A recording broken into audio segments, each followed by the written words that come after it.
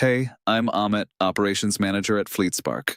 This is video 16 in our Trucking 101 series. In the previous video, we covered what freight factoring is, how it works, and when it can make sense for a new owner-operator. In this video, we're going to build the foundation, the main types of freight factoring, the key terms you'll see in contracts, and what each term actually means in plain language. Quick definitions first.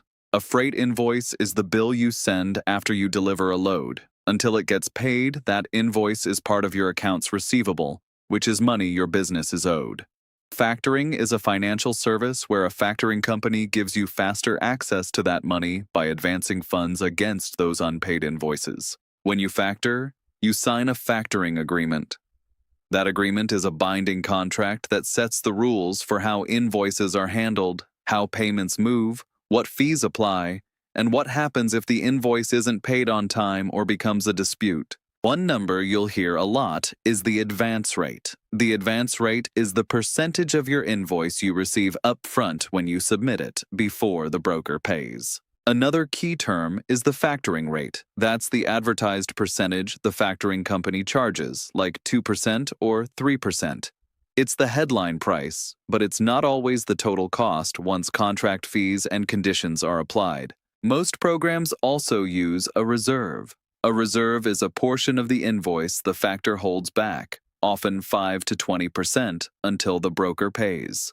After payment clears, the reserve is released to you, minus any fees. Now, the three primary types of freight factoring are recourse factoring, non-recourse factoring, and spot factoring. These differ in two big ways: who carries the risk if the broker doesn't pay, and whether you're factoring everything or only specific invoices. First is recourse factoring. Recourse means if the broker doesn't pay, you are responsible. The contract can require you to buy back the invoice, or the factor can pull the money from your reserve. In plain terms, you get cash early, but you still carry the downside risk. Second is non-recourse factoring. Non-recourse means the factor takes the loss, but only under specific conditions. Many agreements only cover broker bankruptcy. If an invoice is unpaid because of a dispute, paperwork issue, cargo claim, or delay, liability can shift back to you. Third is spot factoring, also called selective factoring. Spot factoring means you choose which invoices you factor. You might factor a few loads when cash is tight and handle the rest normally. This gives you flexibility compared to an ongoing, all-in arrangement. The opposite of spot factoring is often called whole ledger or all accounts factoring. That means you're required to factor most or all invoices from approved brokers, not just the ones you choose. Some contracts also include minimum volume requirements, meaning you can be charged a fee if you don't factor enough each month. Now let's define one of the most important contract concepts you'll see: payment control. Payment control means who has legal authority over your invoice payments once the load is delivered. In factoring, payment control can shift through a Notice of Assignment, or NOA. An NOA is a legal notice sent to your broker or shipper instructing them to pay the factor directly instead of paying you. Once the NOA is active, the broker pays the factor first, the factor applies their fees, and then they release the remaining balance back to your business. You'll also see terms related to leaving the agreement.